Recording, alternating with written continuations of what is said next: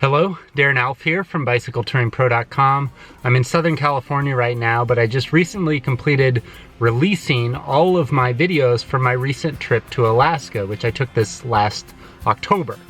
So I thought now would be a good time to kind of summarize my trip, talk about my favorite areas that I visited while I was in Alaska, talk about some of the things I did right while I was there, and also share some of the things that I did wrong.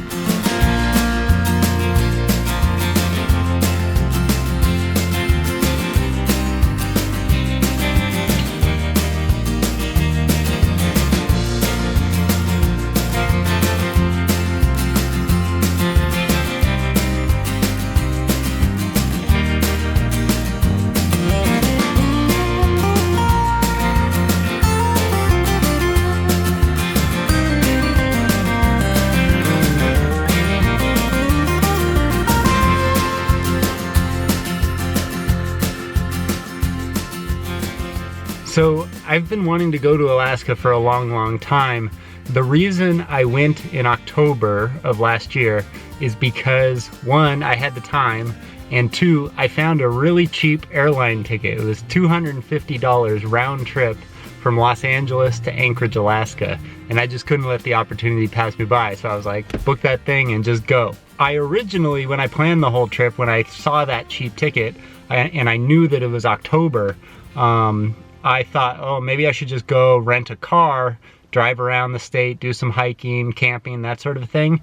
But then I thought, oh, I'm the Bicycle Touring Pro. I got to take my bike and do a bike trip there. So even though I kind of knew it was going to be freezing cold, and even though I wasn't totally prepared as far as the clothing that I brought with me, and I'll talk about that a little bit later, I decided to give the bike trip a try. Now, if you watch my videos that I released from Alaska, you'll know that I only really cycled for about 4 days before basically just giving up and turning around and coming back and deciding to do the whole car thing that I had thought about doing from the very beginning. I did research before I left on my trip. I mean, I spent some time at least looking on Google to see how cold it was going to be in Alaska during the month of October when I was there. And what I found online, whatever I was looking at the time, said it was going to be like 40, 45 degrees above freezing Fahrenheit during the day, and then at night it would drop down close to freezing. Well, that sounded okay, and I thought I can do that because I've been in other areas in Norway and Iceland and Ukraine and stuff where it was much colder than that actually. So I thought, like, I'll be totally fine. I'll go to Alaska in October. It'll be cold probably, but not freezing cold. Well, I got there and it was freezing cold. The lakes were frozen, the rivers were frozen. It was freezing. And it was just way colder than I thought it was going to be. It was way colder than Google told me it was going to be. So yeah, that was part of the negative or downside to this whole bike tour / road trip that I did at that particular time of year. Is just that it was so darn cold.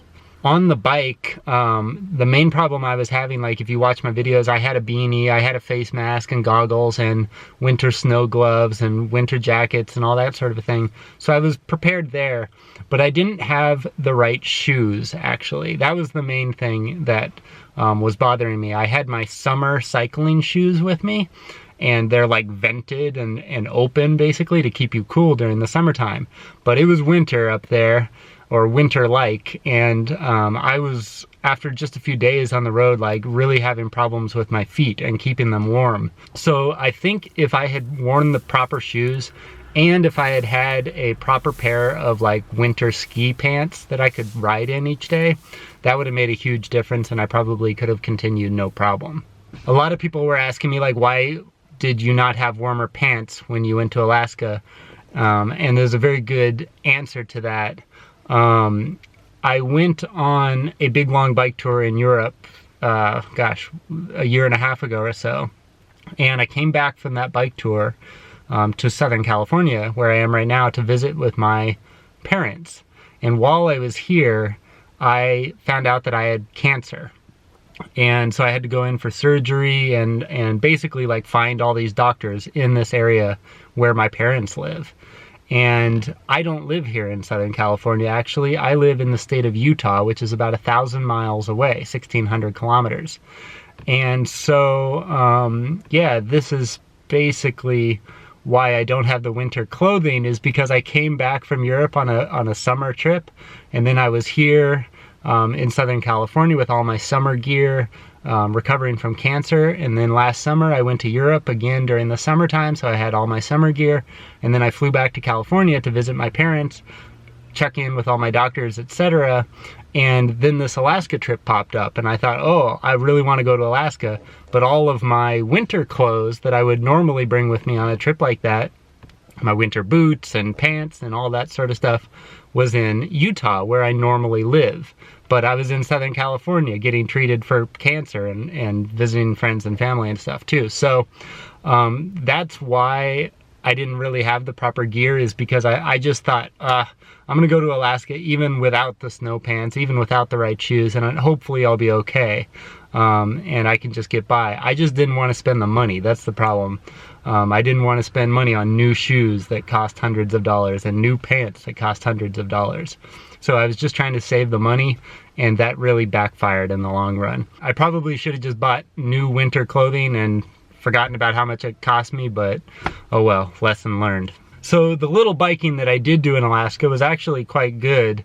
And I really enjoyed the Glen Highway, which is where I spent most of my time cycling, from Wasilla kind of northeast, for several days on the bike. So I really enjoyed that. The views were spectacular. Scenery was great. I was there kind of in the autumn. So some of the leaves at least were still turning, shades of yellow and orange and that sort of a thing. So that was kind of nice to see. But then after my little biking segment of the trip, I rented a car in Wasilla, Alaska, which cost me several $100s for the 10-day period that I rented it for. And with the car, I then drove basically everywhere that you can go on a paved road in Alaska. And that's a slight exaggeration, but not entirely far off. So I drove north from Wasilla up to the western edge of the Denali Highway, spent some time biking and hiking out there. Then I drove up to Denali National Park, did sort of a driving and hiking tour of that area. Then I drove north to Fairbanks, spent one day there just kind of looking around. I didn't really like it very much, no offense, Fairbanks people. Then I went to North Pole, Alaska, which is like this Christmas-themed town, really.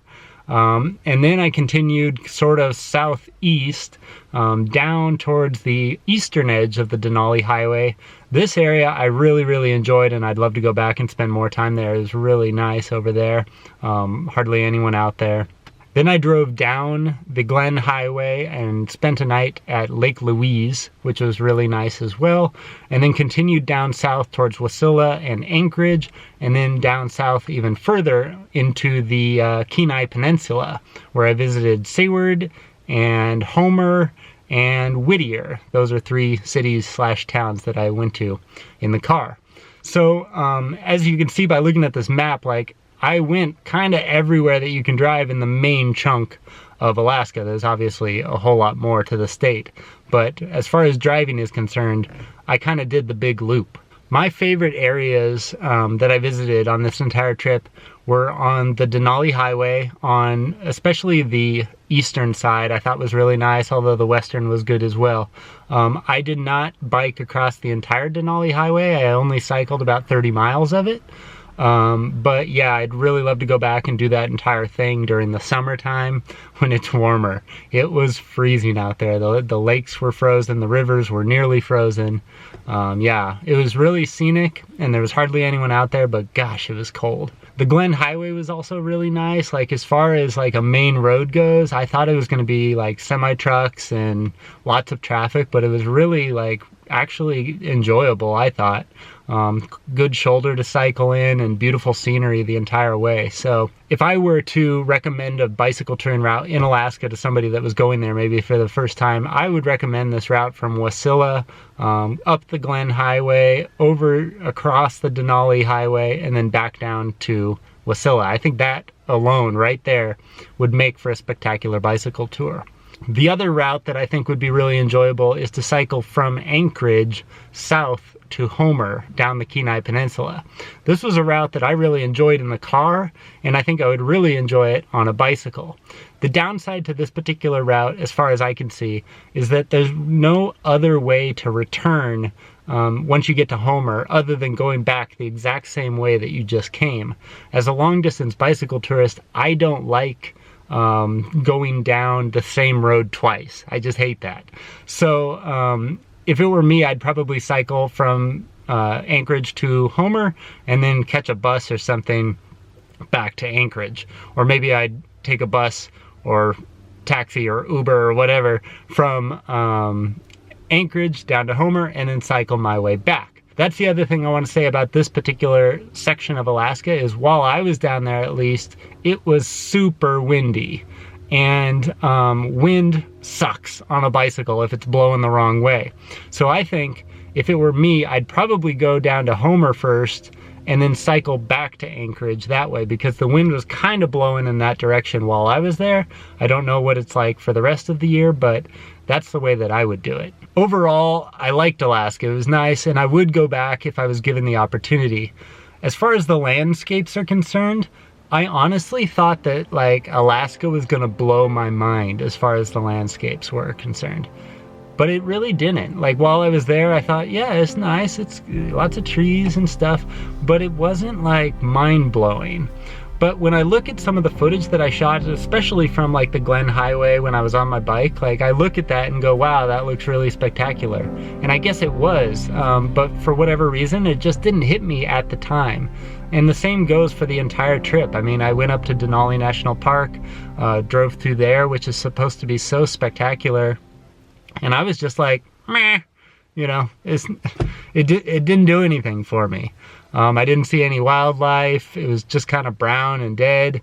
No one out there, rolling hills. There were some mountains off in the distance, but that was about it. So I don't know, it didn't hit me as like, you gotta go to Denali National Park, you're gonna love it. It was just like, meh, I went there and I have nothing to say about it, frankly. Fairbanks is another place that I went to that I didn't really enjoy. I only spent a day there because I didn't like it. It was probably the most seedy place of anywhere that I went in Alaska, where I felt slightly unsafe a little bit, actually. Everywhere else in Alaska actually did feel quite safe. And I was a little bit surprised about that, to be honest. I kind of thought that Alaska, there would like be a bunch of guys with beards and guns walking around in flannel t-shirts or something, but it wasn't really like that. It was much more modern than I expected. While we're talking about the people, I should mention that most of the people, like 99% of the people that I met in Alaska were super nice, super friendly, super outgoing, and yeah, I loved them. There were, however, some incidences, or especially just one incident, where when I was on the bicycle, this guy came up in a pickup truck alongside of me and basically just started yelling at me to get off his property. And I was just standing there on the side of the road. It wasn't even on his property, really, technically. So, yeah, it was very weird. And he had a gun in his lap. I could tell just by, like, he was holding his hand like this, you know, inside the car. Like he was ready to shoot if he had to. But yeah, that was a little frightening for sure.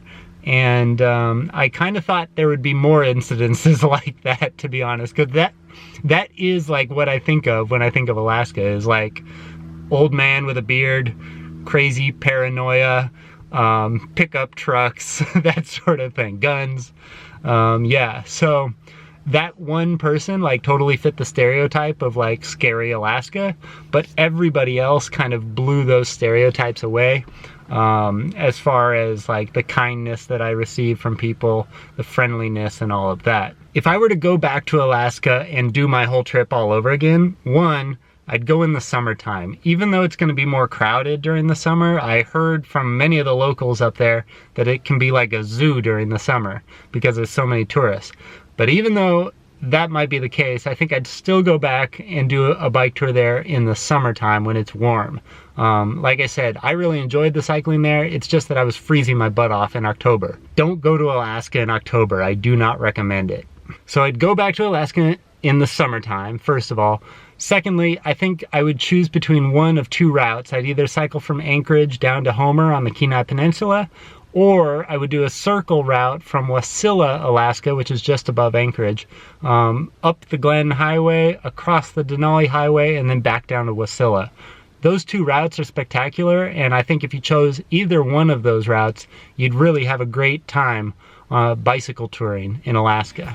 Alright guys, that's it. Thanks so much for watching. I hope you enjoyed my Alaska videos and this short summary of the trip. Coming up very soon on the Bicycle Touring Pro YouTube channel, I have the videos from my bike tour in Ecuador and Colombia in South America, and I can't wait to share those videos with you. Alright guys, thanks for watching. Once again, I'm Darren Alf from BicycleTouringPro.com, and I hope to see you out on the road sometime soon.